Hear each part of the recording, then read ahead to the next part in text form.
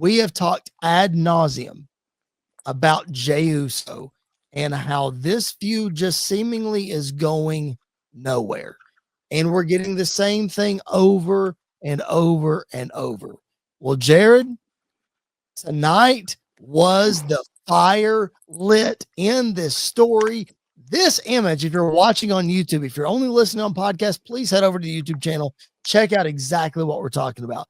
This image of Gunther being just dripped in Jimmy Uso's blood after this vicious assault that he put on Jey Uso's brother on Monday Night Raw.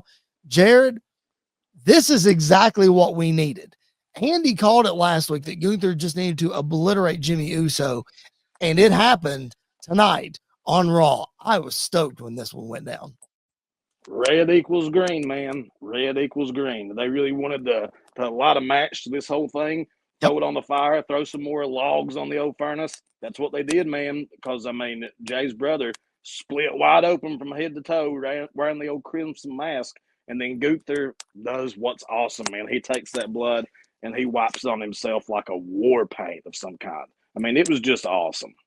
It really was, man. And I mean, even last week when Jimmy slapped the snot out of Gunther, man, that was he got him. Easiest slaps.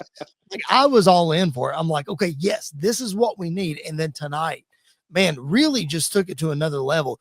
If you wanted Jey Uso to be the underdog, if you wanted him to fight underneath, well, now he has a reason. Now we really do have, okay, he's got nothing now.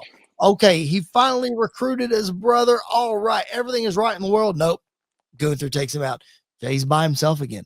Jay's now going to doubt himself again because he can't beat Gunther by himself. He's a shell of who he once was, and it all sets up for Jimmy Uso to return at WrestleMania to be by the side of Jay as he goes and has the feel-good moment to win the championship. But tonight just it set that up perfectly. Oh, yeah, man. I still don't think, I mean, you can clearly tell, even somebody who's not a wrestling fan, and you let them watch the show, everybody knows that Universal title is the big gold, basically. It's the one everybody wants. But what they did tonight was they at least tried their best to make this whole world title situation mean more. I still don't think it's where it needs to be. I'm still nowhere near as interested in that match as I am in the other title picture as a whole. But I mean, they did their best, man, and I thought it looked pretty daggone good. Yeah, I agree, man. Do you think? I know we've been speculating this over the last couple of weeks. Again, if you're new to the show, you can go back and check out previous episodes. It's available in playlists on the YouTube channel. It's available full-length episodes, whatever your heart desires. Go back and check it out. But if you're a returning viewer of the show, you've heard us talk over the last couple of weeks just about, we can't pinpoint exactly what it is with this world title feud. Like, obviously, we want to care about Jey Uso more. Obviously, we know that Jey Uso isn't the best bell-to-bell wrestler that there is. And Gunther's 666-day Intercontinental Championship reign was absolutely incredible, but they've sort of dropped the ball with this world title run for one reason or another.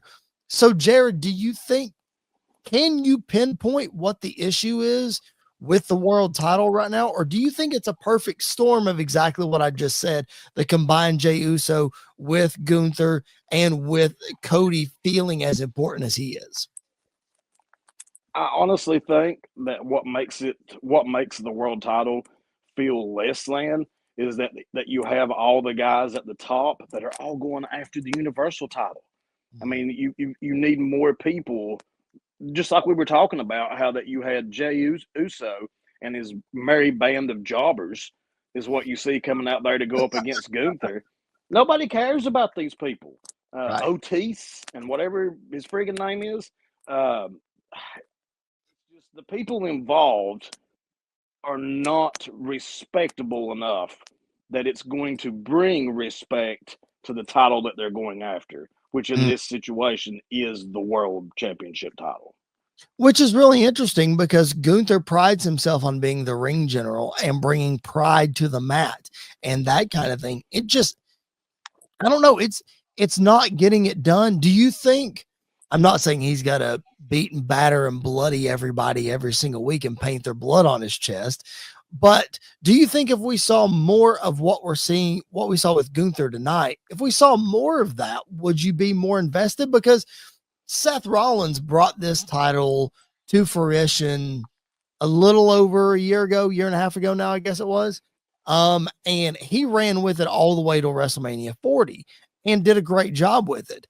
They tried to use it to build Damian Priest, and they built a great wrestler out of him, but it wasn't to the level that Seth Rollins is. So is it just that we need a better storyteller, a better personality to carry the title, a better in-ring performer to carry the title, someone who's going to wrestle every night, defend the title on Raw like Seth Rollins did? Like, what's the solution, do you think? The solution, I think, is that you change the world title to the proper meaning that it has, which is kind of like the Intercontinental title.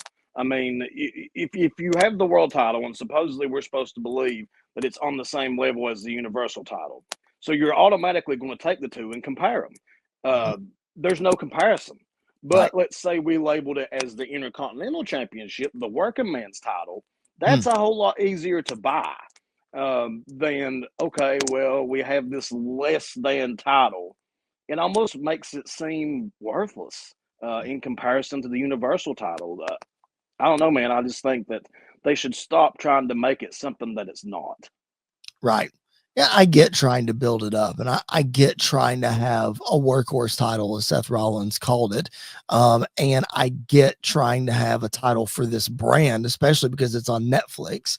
Which you would think, because it's on Netflix, that it would be more important than what it is. But, I don't know if putting the title on Jey Uso will help that or will hurt that. I don't even know that it's going to go on Jey Uso. We'll see what happens at WrestleMania. Not going to give our predictions tonight. We're going to save that for our prediction special coming up the week of WrestleMania.